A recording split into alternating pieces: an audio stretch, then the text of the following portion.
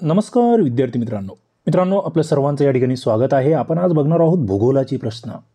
राज्यसेवा 2020ची राज्यसेवा जो की पेपर 2021 मध्ये झालेला आहे। ज्या पेपरचा फायदा तुम्हाला 2022 आणि त्या पुढील परीक्षांसाठी होणार आहे। हा फक्त राज्यसेवेसाठी नाही, राज्यसेवा पूर्व आणि मुख्यला ही प्रश्न तुम्हाला दिशादर्शक ठरणारच आहेत। मात्र याच्यासोबत कंबाईन ग्रुप बी आणि ग्रुप सी तसेच इतर विविध परीक्षांसाठी भूगोलाच्या या प्रश्नांचा सराव किंवा या प्रश्नांचा अभ्यास तुम्हाला कामाला येणार आहे। तर या ठिकाणी आपण जवळपास 50 प्रश्न बघणार आहोत भूगोलाचे आणि काही कृषीचे सुद्धा इथे असतील। मित्रांनो या ठिकाणी GS1 ज्या ठिकाणी इतिहास भूगोल आणि कृषी असतो, GS1 मध्ये त्याच्यातला पहिला पेपर जो आहे त्याच्यातले 1 ते 60 चे प्रश्न आपण आधी बघितलेले आहेत, जे की तुम्हाला STI RCP ॲप्लिकेशनला भेटणार आहेत राज्यसेवेच्या कोर्समध्ये।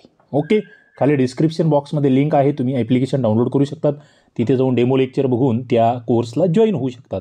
बघा पहिला प्रश्न, पृथ्वीच्या अंतरंगातील गाभा थर प्रामुख्याने टिंबटिंब या धातूपासून बनलेला आहे। गाभा लोह व थोरियम, सिलिका आणि ॲल्युमिनियम, निकेल व लोह, युरेनियम आणि जड पाणी।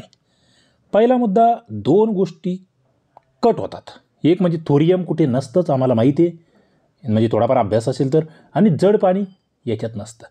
राहिला आहे 2 आणि 3। 2 मध्ये आम्ही म्हणतो सायमा आणि सियाल, जे की वरती एकदम तुम्हाला वरच्या भागामध्ये असतात। खाली गाभ्यामध्ये निफे या नावाने आम्ही तो भाग ओळखतो। निफे, नि म्हणजे निकेल आणि फे म्हणजे फेरस, निफे नावाचा तो भाग असतो। 61चं उत्तर 3 आहे। पुढे 62 नंबरचा प्रश्न, ॲलन, सेम्पल, हम्बोल्ट, रिटर, रॅदझेल हे टिंबटिंबचे समर्थक आहेत। संभववाद, निसर्गवाद, थांबा व जा विचारसरणी। बघा, पॉसिबिलिझम, डिटर्मिनिझम, स्टॉप अँड गो डिटर्मिनिझम। 62 नंबरचा प्रश्न आहे आणि तुम्ही जर बघितलं तर हे कशाचे, तर हे निसर्गवादाचे, ज्याला डिटर्मिनिझम ही संज्ञा वापरलेली आहे। सेम्पल, हम्बोल्ट, रिटर आणि रॅडझेल।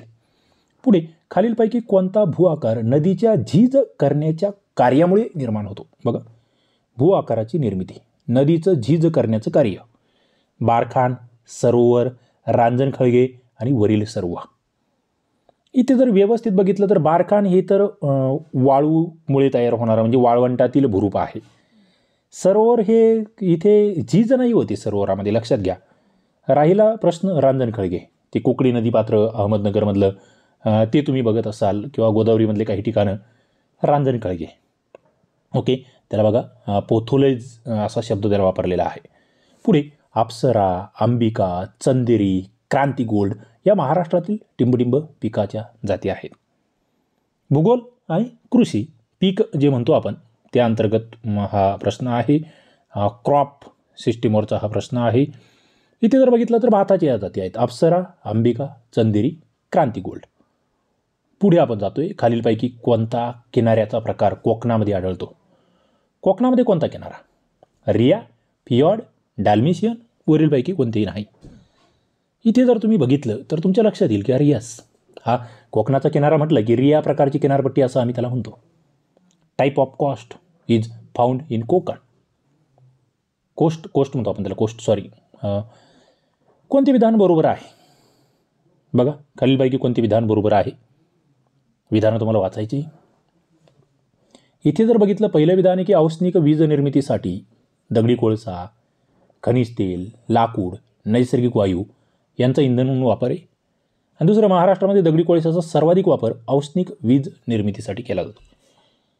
औष्णिक, ज्याला आम्ही काय म्हणतोय, थर्मल पॉवर जनरेशन म्हणतोय, त्याच्यासाठी कोल, फॉसिल फ्यूल, वूड आणि नॅचरल गॅस यांचा वापर होतोय का? यस, होतोय, पहिलं बरोबर।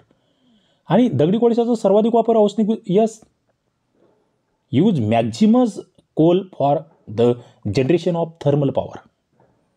पुढे, भारतात अरवली पर्वताच्या पश्चिमेस टिंबटिंब पठार आढळते। मेवाड, मारवाड, माळवा, बुंदेलखंड। अरवलीच्या पश्चिमेला plateau occurs on the western side of Aravalli mountainism in India. आणि मित्रांनो, हा इथे अरवली पर्वत आहे, अशा स्वरूपाचा पसरलेला आहे. त्याच्या पश्चिमेला इकडे आहे ना, इकडे मारवाड आहे. कोणतं? मारवाड हे पठार आहे. ती क्रम तुम्हाला विचारलेला आहे हा बुंदेलखंड, माळवा, मेवाड, मारवाडचा. पुढे जेथे जमिनीचा भाग समुद्रात घुसलेला असतो तेथे टिंबटिंब प्रारूपाची वस्ती आढळते. बघा, जमिनीचा भाग हा समुद्रामध्ये घुसलेला कोणती? ही म्हणजे इथे इथे हा समुद्रही समजा आणि हा भाग असा मध्ये गेला जमिनीचा इकडे, त्याला तिथे रेषाकृती, बाणाकृती, तारासदृश्य, चौकोनी कोणती वस्ती निर्माण होणार आहे? असं मध्ये घुसतंय ना, अशी वस्ती तयार होते. असा बाण तयार होतो, त्याला आम्ही बाणाकृती वस्ती म्हणतो. बघा, एरो पॅटर्न ऑफ सेटलमेंट. त्याच्यानंतर 1911 मध्ये लिहिलेल्या भौगोलिक पर्यावरणावरील प्रभाव या पुस्तकाचे लेखक कोण? 1911 मध्ये लिहिलं गेलं भौगोलिक पर्यावरणावरील प्रभाव.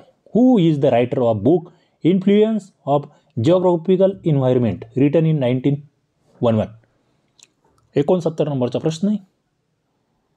इलेन चर्चिल सेम्पल. बघा, सेम्पलवर 2 प्रश्न एकाच परीक्षेमध्ये राज्यसेवा मुख्यला. इलेन चर्चिल सेम्पल. पुढे आपण जातोय, जोड्या लावा. तुम्हाला दिले नागझिरा, ताडोबा, गौताळा, नांदूर, मधमेश्वर आणि जिल्हे दिले. म्हणजे एक सगळ्यात सोपा प्रश्न म्हणतो मी याला, बरोबर. तुम्ही जर बघितलं, नागझिरा गोंदिया, ताडोबा चंद्रपूर ते चांदोबाचं शॉर्टकट, गौताळा औट्रम घाट म्हणतो आपण त्याला, औरंगाबादमधला, नांदूर, मधमेश्वर, नाशिक. कोणाचंही चुकणार नाही. पुढे आपण जातोय. थांबा व जा या विचारसरणीचे हे प्रमुख प्रवर्तक समजले जातात. थांबा व जा विचारसरणी. Pioneer of stop and go determinism. Stop and go. बघा, भूगोलामध्ये हे प्रश्न आहे.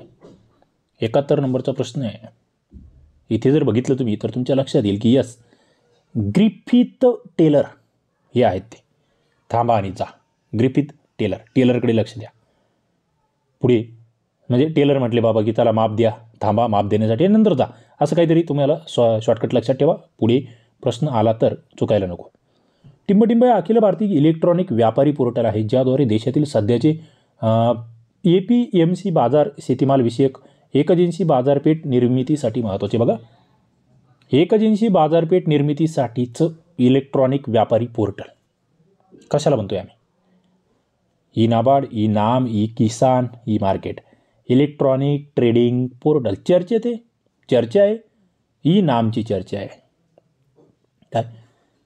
ई नाम, नॅशनल ॲग्रिकल्चर मार्केट असं आपण त्याला म्हणू. ओके. त्याच्यानंतर पुढे इथे तुम्हाला दिलं आहे नॅशनल मार्केट फॉर ॲग्रिकल्चर. म्हणजे इंग्लिशमध्ये जर प्रश्न वाचला असता तर आणखी सोपं गेलं असतं. वेगनरचा खंडवहन सिद्धांत हा मांडणारे वेगनर टिंबटिंब विषयाचे अभ्यासक होते. बघा, theory of continental drift. Who propounded theory of continental drift was scholar of काय? भूगोलशास्त्र, जीवशास्त्र, भौतिकशास्त्र, भूगर्भशास्त्र. कशाचे अभ्यासक आहे ते? प्रश्न काय विचारला जातोय? ते जीवशास्त्राचे अभ्यासक आहे. जीवशास्त्र. त्यांनी ते शोधलं की अरे जीव, बघा इथे इकडे या पूर्वेला जो जीव आढळतोय तो इकडच्या खंडाच्या पश्चिमेला आढळतोय. या जीवांमधील जो एकसारखेपणा आहे का, त्याच्यावरून त्यांनी हा सिद्धांत मांडला. लॉजिक आहे उत्तर देण्यामागील. पुढे धर्मवीर गड हा महाराष्ट्रातील टिंबटिंब गावामध्ये धर्मवीर गड. माहूर, पेडगाव, पुरंदर, फुलगाव. 74 नंबरचा प्रश्न आहे. पेडगाव म्हणजे तुम्हाला किती डीपमध्ये जाऊन प्रश्न विचारला हा धर्मवीर गडाचा. बघा, हा प्रश्न सोपा नाही आहे. खालीलपैकी कोणती सागर किनाऱ्यावरील संचयन भूरूपे आहेत? बघा, संचयन भूरूपी कोणती आहे? कोस्टल डिपॉझिशनल लँडफॉर्म्स आपण त्याला म्हणतोय. Which of the following are coastal depositional landforms? सागर किनाऱ्यावरील संचयन भूरूपे: भूशीर, पुळण, स्टंप, स्पीट. 75 नंबरचा प्रश्न आहे. इंटरेस्टिंग आणि महत्त्वाचा. उत्तर देता आलं पाहिजे. उत्तर देता आलं पाहिजे. मित्रांनो, काय उत्तर आहे या ठिकाणी? तुम्ही जर बघितलं तर तुमच्या लक्षात येईल की यस, याचं उत्तर मला जमतं आहे आणि ती उत्तरं आहे की याला आम्ही पुळणही म्हणू शकतो, जे की संचयन करतं आहे. आणि इथे आणखी एक आहे, जे फसवणार आहे ते म्हणजे स्पीट. हे नवीन आहे. स्टंप नाही, भूशीर नाही. पुळण आणि स्पीट हे संचयन भूरूपे आहेत, लक्षात ठेवा. मित्रांनो, आपण पहिल्यांदाच या ठिकाणी या यूट्यूब चॅनलला असाल तर आपण हे STI-RCP नावाचं जे ॲप्लिकेशन आहे ना, ते डाउनलोड करून घ्या. कारण की ते 2022साठीची आता नवीन इयरच्या सुरुवातीची ऑफर चालू आहे. तुम्हाला या ठिकाणी राज्यसेवा पूर्व परीक्षेच्या 20 प्रश्नपत्रिका आपण डेव्हलप केल्या आहे, ज्याचं ॲनालिसिससुद्धा तुम्हाला या ठिकाणी भेटणार आहे. म्हाडाच्या टेस्ट आहेत, भूमी अभिलेखच्या टेस्ट आहेत, PSI STI ASOच्या 20 टेस्ट आहेत पूर्व परीक्षांच्या, ज्यांची मांडणी अधिकाऱ्यांकडून झालेली आहे आणि तुम्हाला अत्यंत माफक शुल्कात या ठिकाणी या सगळ्या भेटत आहेत. STI-RCP ॲप्लिकेशन, ज्याची लिंक तुम्हाला खाली दिलेली आहे, तुम्ही डाउनलोड करा. ज्या ठिकाणी तुम्हाला नोट्स भेटतील, टेस्ट सिरीज भेटतील, लाईव्ह सेशन असतील, PDF असतील आणि ई-बुक्स असतील. आणि सर्व स्पर्धा परीक्षांसाठी एक सर्वोत्तम, सध्या महाराष्ट्रामधलं एक जबरदस्त फास्ट वेगाने वाढणारं ॲप्लिकेशन म्हणून हे ॲप्लिकेशनकडे बघितलं जातं आहे. तुम्ही नक्की एकदा डाउनलोड करा. डेमो लेक्चर्स बघा. खाली टेलिग्राम चॅनलची लिंक तुम्हाला दिसते, MPSC स्पर्धा विश्व खाली लिंक दिलेली आहे. तिथे जाऊन टेलिग्रामला जॉईन व्हा, तिथलचं कंटेंट बघा आणि नंतर तुम्ही आपला अभ्यास आणखी वेगाने या ठिकाणी वाढवा. पुढचा प्रश्न आहे आपल्यासमोर, खालीलपैकी महाराष्ट्रातील कोणत्या स्थळांचा समावेश युनेस्कोच्या सांस्कृतिक वारसा स्थळामध्ये नाही? अजिंठा लेण्या, वेरूळ लेण्या, घारापुरीची लेण्या, गेटवे ऑफ इंडिया. 76 नंबरचा प्रश्न आहे. बघा, सगळ्यात पहिल्यांदा जे भारतातले 3-4 ठिकाणं, म्हणजे 4 म्हणूया आपण, 1982-83 दरम्यान, बरोबर, तेव्हा वेरूळच्या लेण्या आणि अजिंठ्याच्या लेण्या तर एकदम सुरुवातीलाचे. त्याच्यामध्ये आग्राचा किल्ला असेल, ताजमहल असेल, ओके, लाल किल्ला असेल, या बाबी. हे 2 तर आहे. राहिला 3रं आणि 4थं. घारापुरीच्या लेण्यासुद्धा आहेत. गेटवे ऑफ इंडिया मात्र नाही आहे, लक्षात घ्या. 4 नंबरचं उत्तर येईल. पुढे कोणती नदी दामोदर नदीची, कोणती नदी गंगेची उपनदी आहे आणि अमरकंटकजवळ उगम पावते? सोपा प्रश्न, पण आता बघा, गंगेची उपनदी नर्मदा नाही आहे आणि दामोदर नाही आहे, हे आधी तुम्हाला कळायला पाहिजे. मग हे दोन्हीमध्ये राहतं आणि मग उत्तर येतं सोन नदी. आधी कट करायला तरी शिका. खालीलपैकी कोणत्या कारणाने कोकणचा सकल भाग निर्माण झाला आहे? बघा, सकल भाग म्हटलो आहे आपण त्याला, low land. Following reason the low land area of Konkan असं म्हटलेलं आहे. कोकणचा सकल भाग निर्मितीसाठी कोणते रिझन्स आहेत असा प्रश्न तुम्हाला या ठिकाणी विचारलेला आहे. आणि महाराष्ट्र पठाराचा पश्चिमेकडील भाग खाली खचल्याने हा, म्हणजे हा जो इकडचा पश्चिमेकडचा भाग आहे ना, हा खाली खचल्यामुळे हा सकल भाग तयार झाला, हे माहीत असलं पाहिजे. पुढे खालीलपैकी कोणत्या मुंबई उपनगरामध्ये बॉक्साईटचे साठे आढळतात? आता हा प्रश्न बघा किती डीपमध्ये घुसला आहे. मुंबईतलं उपनगर, त्याच्यामधलं मध्ये घुसायचं आहे तुम्हाला. प्रश्न महत्त्वाचा आहे. याच्यामध्ये बोरिवली, जोगेश्वरी आणि गोरेगाव इथे बॉक्साईटचे साठे आढळतात असं म्हटलेलं आहे. आता हे बोरिवली जर बघितलं तुम्ही, जोगेश्वरी, गोरेगाव, थोडेसे तुम्हाला काय होईल, इथे तुम्हाला लॉजिक होतं. हे कोणालाच त्या ठिकाणी म्हणजे असं येणारी बाब नव्हती, पण तुम्हाला कळेल की अरे कुर्ला तर मध्ये, अणुशक्तीनगर इथे हा एरिया जो जास्त डेव्हलप एरिया आहे तो नाही. हा थोडासा पश्चिम साईडचा भाग जो बघितला ना, बोरिवली वगैरे, तिकडे पश्चिमेला तुम्हाला दिसतो आहे. वेस्ट साईडला थोडंसं लॉजिकने इथे जाता येत होतं. जे मुंबईमध्ये राहिलेले, हिंडलेले आहेत त्यांना हा प्रश्न लवकर सोडवता येण्यासारखा होता, सोपा नव्हता. नदी पहिल्या टप्प्यात तीव्र उतारावरून वाहत असताना कोणत्या भूरूपाची निर्मिती करते? Which लँडफॉर्म is created by the river when it flow from the steep slope? 80 नंबरचा प्रश्न आहे. आणि उत्तर जर बघितलं, कुंभगर्ता, पूरतट, जलोढ शंकू आणि नालाकृती सरोवरे पहिल्या टप्प्यामध्ये तीव्र उतारावरून वाहते, तेव्हा कशाची निर्मिती? तेव्हा नालाकृती सरोवरांची निर्मिती आहे. पूरतट तर हे पुढे येणार एकदम शेवटच्या टप्प्यामध्ये, शंकू तिकडे येणार, कुंभगर्तासुद्धा थोड्याशा मधल्या टप्प्यात आपण बघतोय. पुढे उच्च प्रतीची पोलाद निर्मितीसाठी खालीलपैकी कोणता धातू वापरतात? बघा, पोलाद निर्मिती. Which of the following mineral is use in production of high quality steel? स्टीलच्या निर्मितीमध्ये कोणता धातू वापरला जातो आहे? इथे जर बघितलं तुम्ही तर मॅग्नीजपासून स्टील आम्ही हाय क्वालिटीचं तयार करतो. त्याच्यानंतर टिंबटिंब या शास्त्रज्ञाने शक्यतावादाचा पुरस्कार केलेला आहे. 82 नंबरचा प्रश्न आणि तो ब्रुन्झ आहे. ब्रुन्झ. ओके. शक्यतावाद, सपोर्टर ऑफ पॉसिबिलिझम. हे रांजण खळगे बघा, रांजण खळगे एकाच परीक्षेमध्ये 2दा. रांजण खळग्यासाठी प्रसिद्ध असणारे निघोज हे महाराष्ट्रातील टिंबटिंब तालुक्यात आहे. ते अहमदनगर जिल्हा, ते कुकडी नदी, पण तालुका पारनेर आहे. पारनेर, अण्णा हजारे काही संबंध आहे का? बघा. बुलढाणा जिल्ह्यातील खालील प्रेक्षणीय स्थळांच्या जोड्यापैकी कोणती जोडी योग्य नाही? बुलढाणा जिल्ह्यातील प्रेक्षणीय स्थळांच्या जोड्यापैकी कोणती जोडी योग्य नाही आहे? इथे दिले तुम्हाला लोणार, दैत्य सुदनाचे मंदिर, देऊळगाव राजा जिजामातांचे जन्मस्थान, शेगाव संत गजानन महाराजांची समाधी, जामोद प्राचीन जैन मंदिर. 84 नंबरचा प्रश्न आहे. आणि इथे जर बघितलं मित्रांनो तर तुम्हाला या ठिकाणी उत्तर दिलेलं आहे 3. 84चं 3, जे की बी चुकीचं आहे. म्हणजे हे जिजामाता यांचे जन्मस्थान हे सहजपणे सगळ्यांना माहीत असतं. देऊळगाव राजा नाही ते.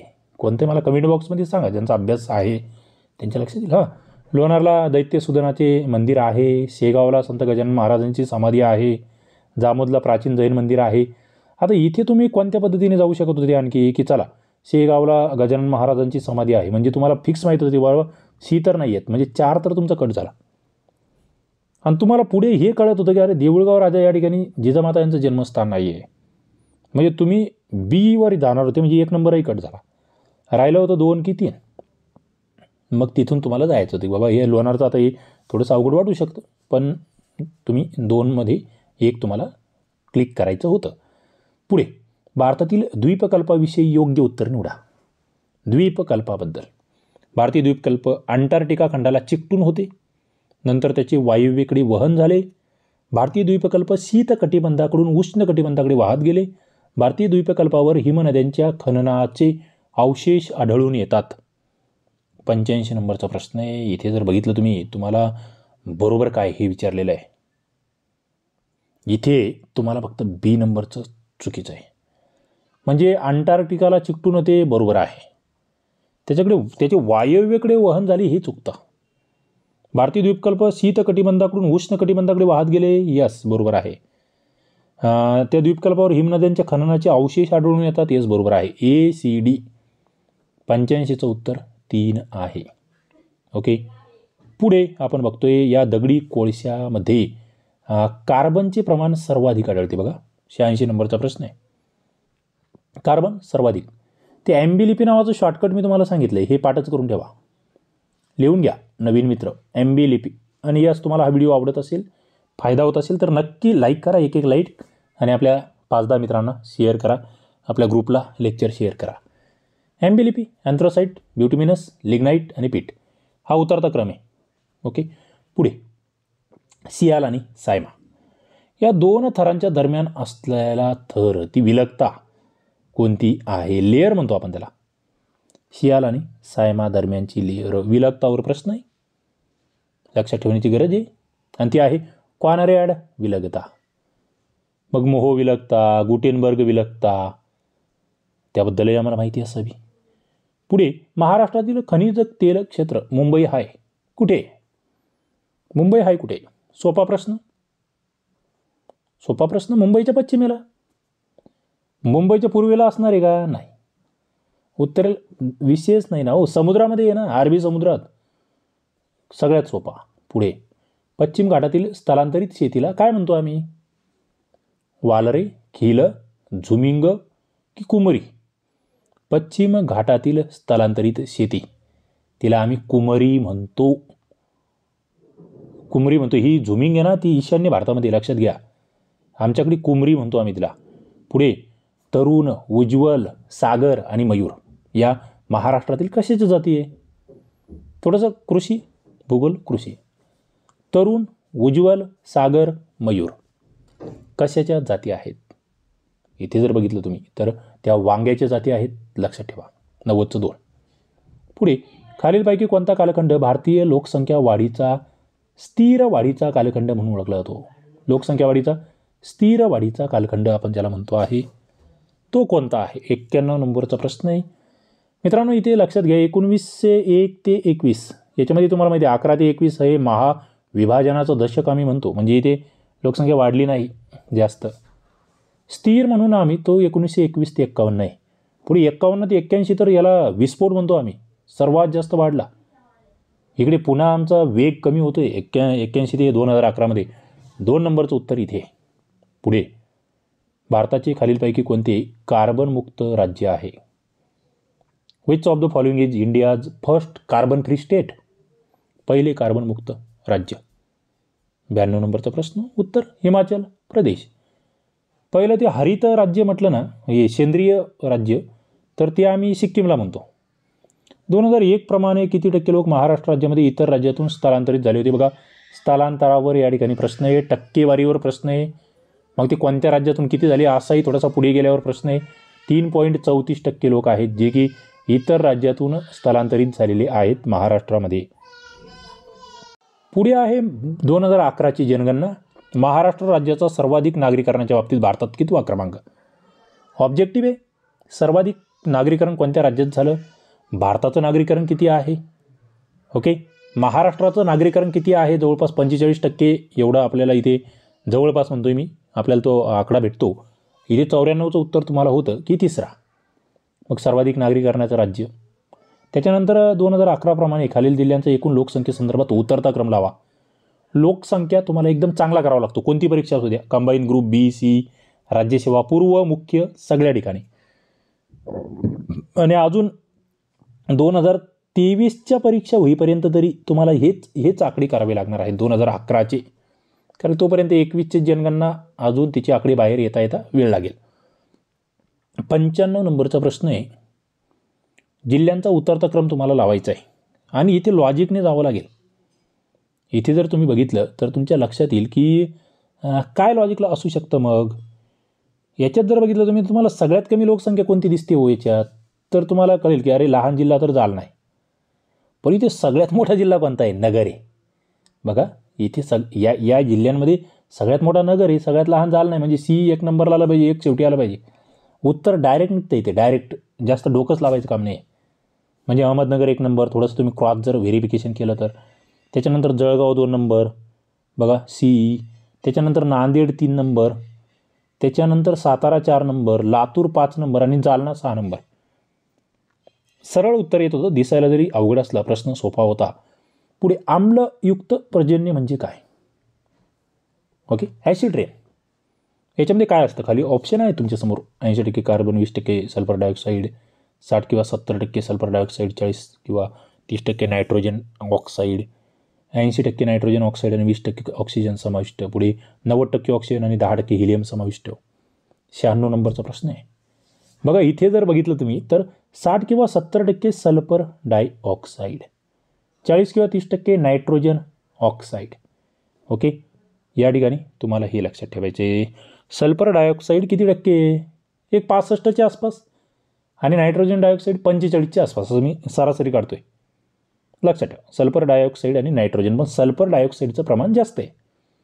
प्रश्नामध्ये जाऊन विचारला आतापर्यंत त्याच्यामध्ये कोणते 2 घटक होते, आता ते किती टक्के आहे? बघा आता इथे तर तुम्हाला सरळ काटाकाटी हेलियम कट होत होतं, ऑक्सिजन कट होत होतं आणि कार्बनही कट होत होतं. तुम्हाला जर सल्फर डायऑक्साईड आणि नायट्रोजन डायऑक्साईड माहिती आहे, विषय क्लोज. आता हे पुढच्या परीक्षांसाठी ही तयारी. पुढे 97 नंबरचा प्रश्न. त्रिवार्ता यांच्या हवामान वर्गीकरणाप्रमाणे सिंधुदुर्ग जिल्ह्याचे कोणते हवामान आढळते? बघा त्रिवार्तावर सातत्याने प्रश्न आहे, हे व्यवस्थित करावं लागेल. त्रिवार्ता यांचं वर्गीकरण तुम्हाला चांगलं नकाशामधून पाहावं लागेल, शॉर्टकट्स बनवावे लागतील.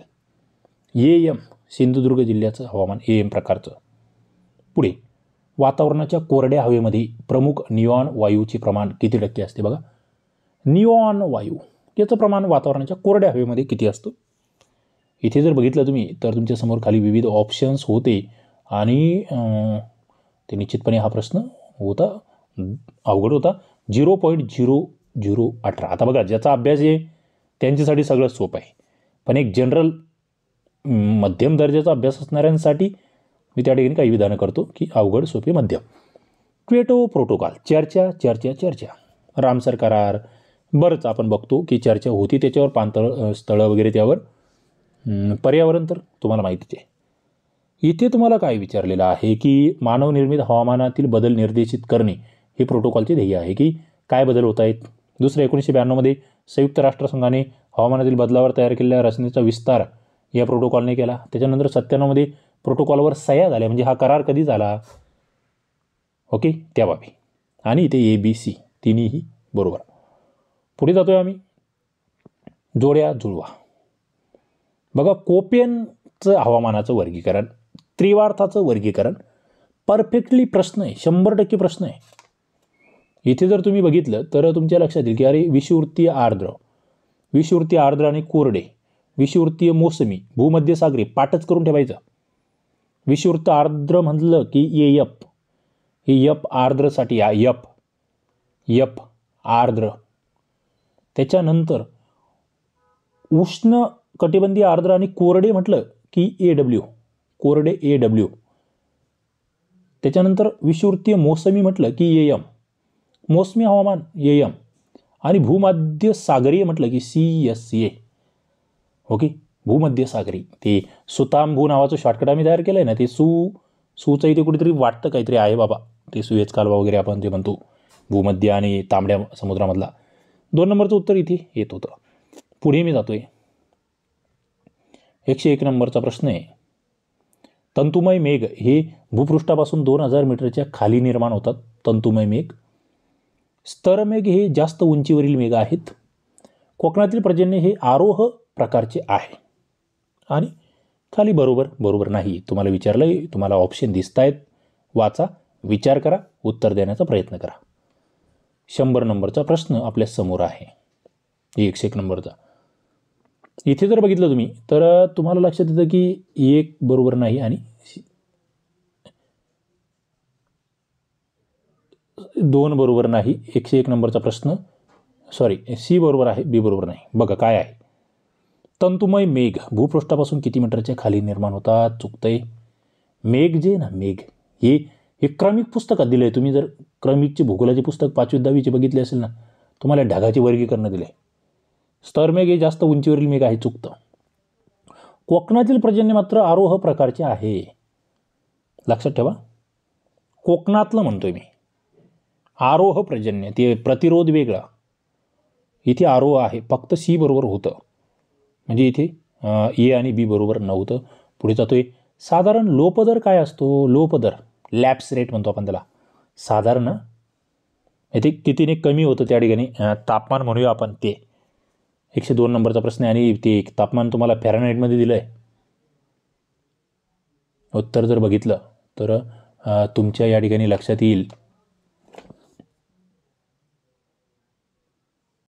तापमान कमी होण्याचं प्रमाण हे 3.5 अंश डिग्री फॅरनहीट पर 1000 फुटाला. हे लक्षात ठेवा, इथे फॅरनहीटमध्ये आहे, त्या पद्धतीने विचारलं आहे तसं लक्षात ठेवा. पुढे आपण जातोय, मिलीबार हे परिमाण वातावरणाच्या कोणत्या अंगाचे मापन करण्यासाठी वापरले जाते. मिलीबार वातावरणाचे तापमान, वातावरणाचा दाब, वातावरणाची घनता, वातावरणाची हालचाल. मिलीबार कशासाठी वापरले जाते. सरळ वातावरणाचा दाब, ॲटमॉस्फिअर प्रेशरसाठी मिलीबार युनिट आम्ही वापरतो आहोत. पुढे, संयुक्त राष्ट्र संघाने पहिली जागतिक पर्यावरण परिषद 1972 साली टिंबटिंब या शहरामध्ये घेतली. युनो पहिली पर्यावरण परिषद 1972, कोणाचं चुकणार नाही. स्टॉकहोम. ओके, हे सांगा, देश सांगा. पुढे, मिशन शक्ती काय आहे. Mission Shakti, what is mission Shakti. इथे जर बघितलं तुम्ही तर उपग्रह विरोधी शस्त्र ऑपरेशन कोड आहे. हा उपग्रह विरोधी शस्त्र ऑपरेशन कोड आपण त्याला म्हणतो आहोत मिशन शक्तीला. त्याच्यानंतर पुढे जातोय मी, खालीलपैकी कोणती विधानं बरोबर आहेत. बघा, तुम्हाला विधानं दिलेली आहेत. 106 नंबरचा प्रश्न आहे. भौगोलिक माहिती प्रणाली GIS याच्यामध्ये विदारण आणि गाळा संचयनाचा अभ्यास होऊ शकतो. मी याचं लेक्चर स्वतंत्रपणे टाकलं आहे तुम्हाला GISचं. पिकांची, हे पहिलं बरोबर आहे. पिकांची वाढ आणि आरोग्य अभ्यासण्यासाठी दूर संवेदन तंत्राचा उपयोग होऊ शकत नाही म्हटलं होतं. आता इथे नाही म्हटल्यामुळे चुकलं, कारण की दूर संवेदन तंत्र जे ना, रिमोट सेन्सिंग. बघा प्रश्न कशावर आहे, रिमोट सेन्सिंग तुमच्या सिलेबसमध्ये आहे. हे तुम्हाला तिकडे इंडस्ट्रीज इन्स्पेक्टरमध्ये सुद्धा आहे, कंबाईन ग्रुप सीला. जागतिक स्थिती प्रणालीचा GPS म्हणतोय आपण, हे GIS आहे. हे रिमोट सेन्सिंग आहे. म्हणजे एकाच प्रश्नामध्ये 3 कन्सेप्ट. आणि हे GPSचा उपयोग शेती यंत्रामध्ये होतो. यस, म्हणजे A आणि C बरोबर आहे, B चुकत आहे. पुढे टिंबडिंब हे उत्तर गोलार्धातील महत्त्वाचे जीवोम आहे. Is an important biomes in north hemisphere. उत्तर गोलार्धातील महत्त्वाचे जीवोम. 107 नंबरचा प्रश्न आहे. उत्तर जर बघितलं त्याला आम्ही तैगा असं म्हणतो. उत्तर गोलार्ध त्यातलं महत्त्वाचं जीवोम तैगा. तैगा प्रदेश, जोड्या जुळवा. 108 नंबरचा प्रश्न. बघा इथे जर तुम्ही बघितलं देश आणि उपग्रह विचारलेले आहे. आता याच्यात सरळ भारताचा उपग्रह आधी आम्हाला माहीत असला पाहिजे. आणि इथे जर बघितलं तर भारताचा IRS-1A हा आहे. मग त्याच्यानुसार जर गेलो आम्ही तर आमचा 1 नंबरचा ऑप्शन आणि 3 नंबरचा ऑप्शन तर कट होतो, कारण की आम्हाला 2 पाहिजे. 2चं 2. आमच्यासमोर 2 आणि 4 ऑप्शन राहतात. पुढे आम्हाला जपान, फ्रान्स आणि अमेरिका यापैकी एक माहीत असलं पाहिजे. इथे जर बघितलं तुम्ही जपानचं J वरून सुरू होऊ शकतं का? यस, तसं लॉजिक आहे. JERS-1 जपानचं. फ्रान्स म्हटलं स्पॉट आणि अमेरिका लँडस्टॅट. 4 नंबरचं उत्तर इथं आहे. ओके, 4 नंबरचं उत्तर इथं आहे या ठिकाणी. उपग्रह आणि देश. अश्व अक्षवृत्त म्हणजे काय? हॉर्स लॅटिट्यूड आम्ही कशाला म्हणतोय? अश्व म्हणजे घोडा मराठीमध्ये खरं या ठिकाणी जर बघितलं तर. 109 नंबरचा प्रश्न आहे आणि उत्तर याचं येतं आहे 30 अंश उत्तर आणि दक्षिण जास्त दाबाचा जो पट्टा असतो ना, त्याला आम्ही अश्व अक्षवृत्त म्हणतोय. 30 अंशापर्यंत उत्तरेकडे आणि दक्षिणेकडे जो मधला पट्टा आहे, जिथे जास्त दाब आहे तिथे. ईशान्य भारतातील चेरापुंजी येथे कोणत्या प्रकारचा पाऊस पडतो? पावसाच्या प्रकारावर प्रश्न आहे. टाईप ऑफ रेनफॉल म्हणतो आपण त्याला. 110 नंबरचा प्रश्न आहे. उत्तर तुम्हाला द्यायचं आहे. त्याला आम्ही प्रतिरोध पर्जन्य म्हणतो. पाऊस त्या वारे जे आहेत याच्यामुळे अडवले जात आहेत, डोंगरामुळे वगैरे, पर्वतरांगांमुळे, आणि प्रतिरोध पाऊस पडतोय. चेरापुंजी, मौसिनराम आम्हाला माहिती आहे. 110 बस. 60 ते 110 50 प्रश्न आपण अभ्यासले. अजून पुढचे 40 बाकी आहे. भूगोल व कृषी अंतर्गत ते आपण पुढच्या सेशनला घेऊया. याच यूट्यूब चॅनलला, याच आपल्या STI RCP ॲप्लिकेशनला तुमच्या राज्यसेवेच्या कोर्समध्ये हे लेक्चर तुम्हाला भेटणार आहे, पुढचं लेक्चरसुद्धा. ओके, राज्यसेवा मेन्सचा सिलेबस आपला आता कव्हर करणे चालू आहे, कारण की आपल्याला माहिती आहे आता थोडंसं पूर्वपरीक्षेची तारीख पुढे गेलेली आहेत. त्या दृष्टीने आपण मेन्सवर फोकस करतो आहोत. आणि कंबाईन ग्रुप BCच्या प्रीलासुद्धा या लेक्चरचा निश्चित फायदा होणार आहे. चला, लाईक करा, शेअर करा, सबस्क्राईब करा. थांबूया. धन्यवाद.